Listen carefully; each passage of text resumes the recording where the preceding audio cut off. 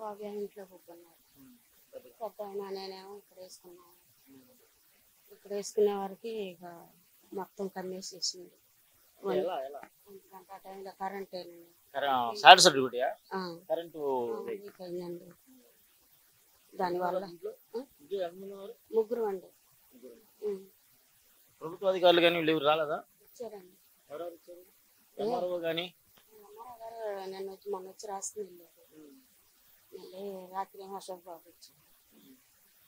ఇల్లు కడతాం కానీ మన సహాయం రేపు ఎలక్షన్ అయినాక కడతామన్నారు. మన పెట్టుకున్న బట్టలు కూడా ఎవరు ఇచ్చారు కదా, రాత్రి అశోక్ బాబు బట్టలు ఎవరు కానీ జీవనం కానీ అట్లా మా పిల్లలు తెస్తున్నారండి. ఇక్కడ ఉంటారా?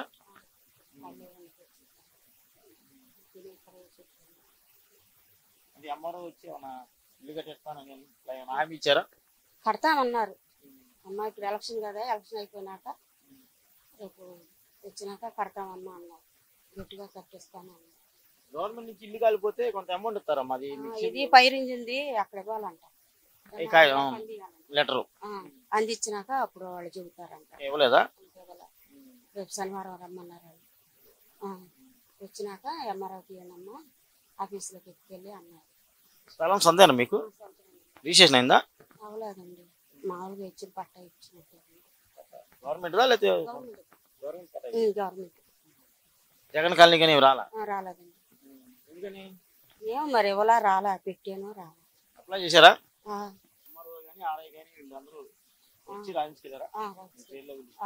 రాసుకెళ్ళారు.